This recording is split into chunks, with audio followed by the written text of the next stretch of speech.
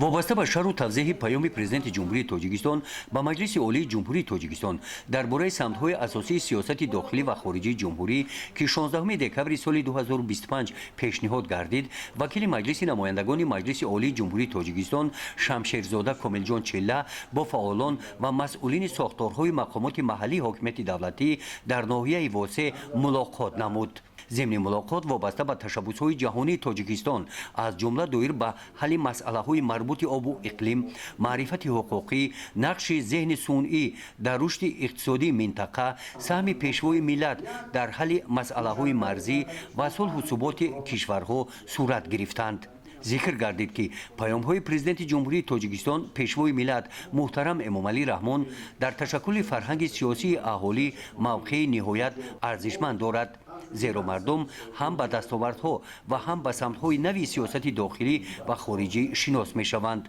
تاکید گردید که با پیشنهاد پرزیدنت جمهوری تاجیکستان پیشوای ملت محترم امامعلی رحمان سال 2026 سال وسعت دادن کارهای آبادانی و سازندگی و تقویت و تحکیم خودشناسی و خودآگاهی ملی با افتخار جشن مقدس و بزرگ ملی 35 سالگی استقلال دولتی جمهوری تاجیکستان اعلام کرده شده است و با این عزم پیشوای ملت هر فرد جامعه باید با افتخار این جشن مقدس برای پیشرفت دولت خود و آبادی وطن عزیز خویش کار نیکی را انجام دهد، صاحب فرهنگ و تمدن باستانی بودن ملت تاجیک را نشان دهد.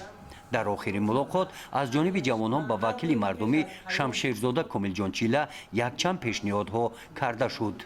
نصف روزی همین روز ملاقات وکیل مجلس نمایندگان مجلس عالی جمهوری تاجیکستان شمشیرزاده کاملجان چله در تالار کمیته اجرایی حزب خلقی دموکراتیک تاجیکستان در ناحیه واسع با رهبریت و کارمندان مسئول حزبی اینچنین اعضایان تشکیلات جمعیتی سازندگان وطنی نزد کمیته اجرایی ناحیوی وابسته به پیام پرزیدنت جمهوری تاجیکستان با مجلس عالی جمهوری تاجیکستان دایر گردید.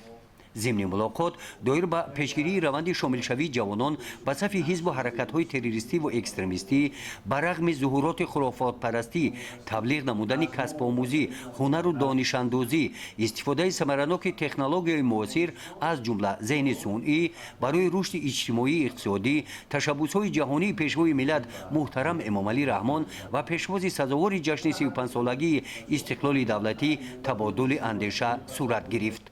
در آخر از جانب فعالان حزب سوال جوابها با وکیل مجلس نمایندگان مجلس عالی جمهوری تاجیکستان شمشیرزاده کاملجان چله پیشنهاد گردید.